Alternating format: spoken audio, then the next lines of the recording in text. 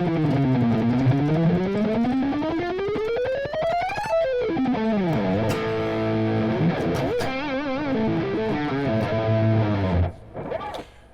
right, so in this short video lesson, whatever, just want to talk about why I practice slowly and what I mean by slowly. So this seems to be quite misunderstood. So when I tell students, or at least in the past, I would tell students, oh, make sure you practice it slowly, and they were like, yes, I will do that. Now, when I asked them to demonstrate what they did when they were practicing slowly, it's a very different thing from what I mean when I talk about practicing slowly. And that's on me as a teacher. So I learned that throughout the years that I need to be really specific about what I mean when I say practice slowly in terms of tempos, but also what you should focus on when you do this.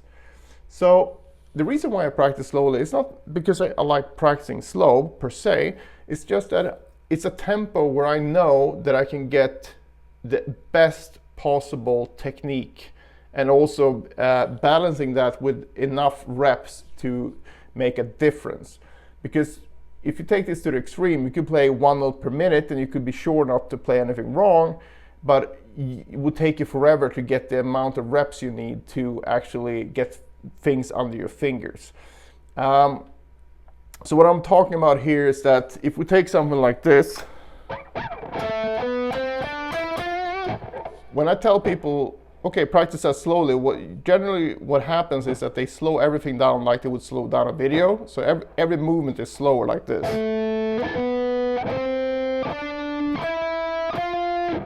And that's not what you want. You want to make it more like a stop motion picture where even if you slow down the pace, you're gonna go from one place to another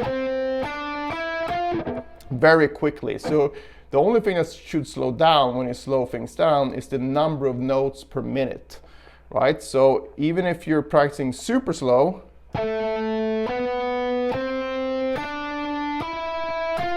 the motion from note to note should be as fast as you possibly can get it. This is something that's called transition time, and I first saw this in Troy Stetna's speed mechanics, and then I saw it again when I studied at GIT in the mid-90s from the classical guitar teacher David Oakes, who had a class called Applied Technique. And he showed basically the same thing but with a different name. But the idea is that you move as quickly as you can from note to note. And that will prepare your body to really get to that note as quickly as possible, but also your tone and synchronization will improve like nothing else. So if I only had one way to practice, this would be it. Now, I've learned to do this at a faster tempo, so I can do it at maybe around this tempo and still keep these fast transitions. But if I would have to practice something like this, there's no chance that I would be able to maintain those quick transitions. It's gonna kind of be what it's gonna be, right?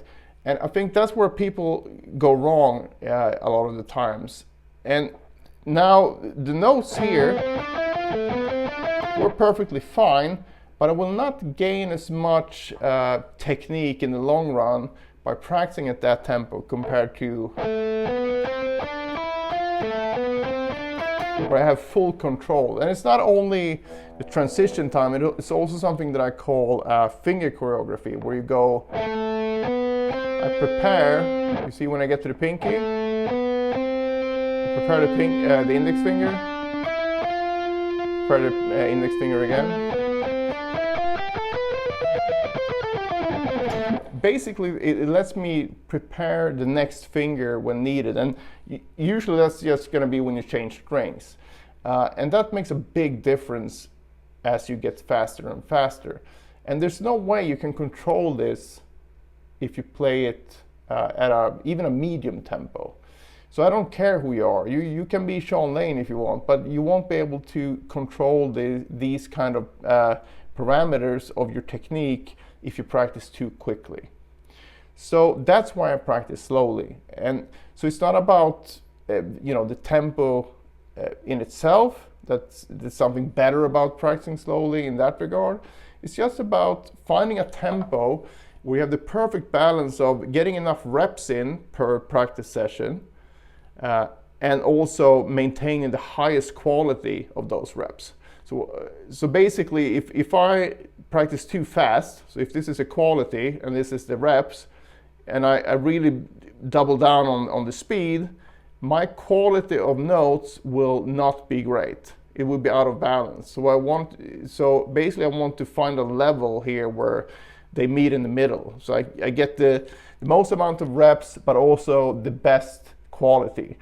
So that's the balance that I'm looking for. So again, it's nothing magical about practicing slowly if you just practice slowly any old way. So I think that's where a lot of people get disillusioned, because they try practicing slowly, but they do it in the wrong way and they don't get the results that they want.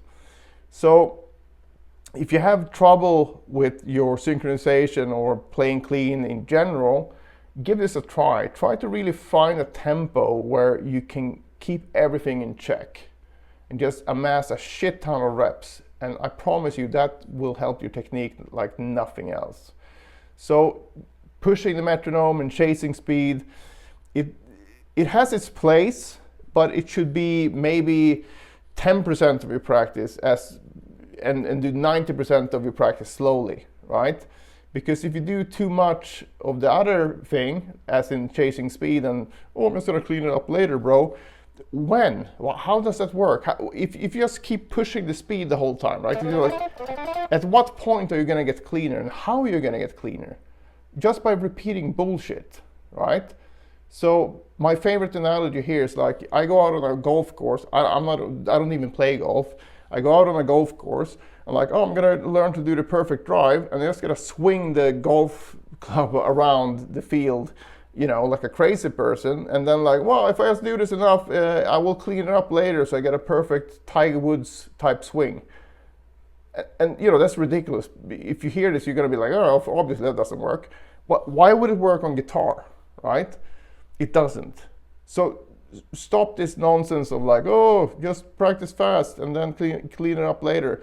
There's no such thing. And I can promise you that there's going to be very few guitar players out there that have problems with their technique because they practice too slow. They focus too much on the accuracy, right?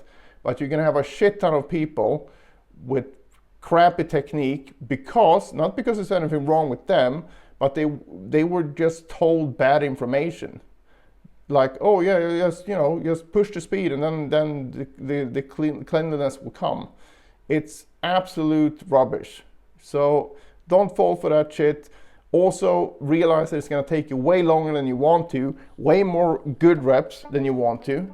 But if you keep focusing on that, and then when you're done with your practice session, you can just, play things fast for fun. That's like the perfect balance. And I have a ton of different strategies that you can use to work on getting things faster, but that will only work if you work on the slow playing first. So don't skip that.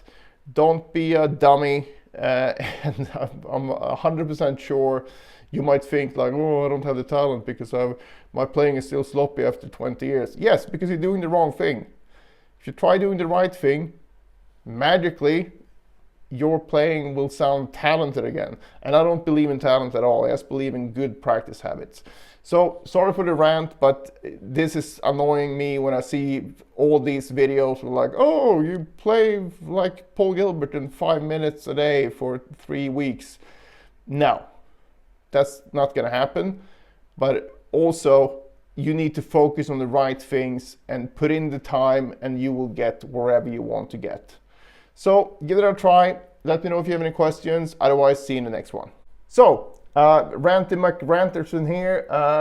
If you like getting ranted at, you can actually pay for that privilege and go to my Practice Room Pro, and I will happily rant at you one-to-one and help you improve. No, I'm not going to rant at you. I just want to help you improve as much as possible. And Practice Room Pro, you get access to all my courses, but it's not just throwing courses at you. I will actually help you build a practice routine using the material from my courses. so you can improve in the fastest way possible in the direction of your goals. So if that sounds interesting, just check out the link below and see you inside the Practice Room Pro.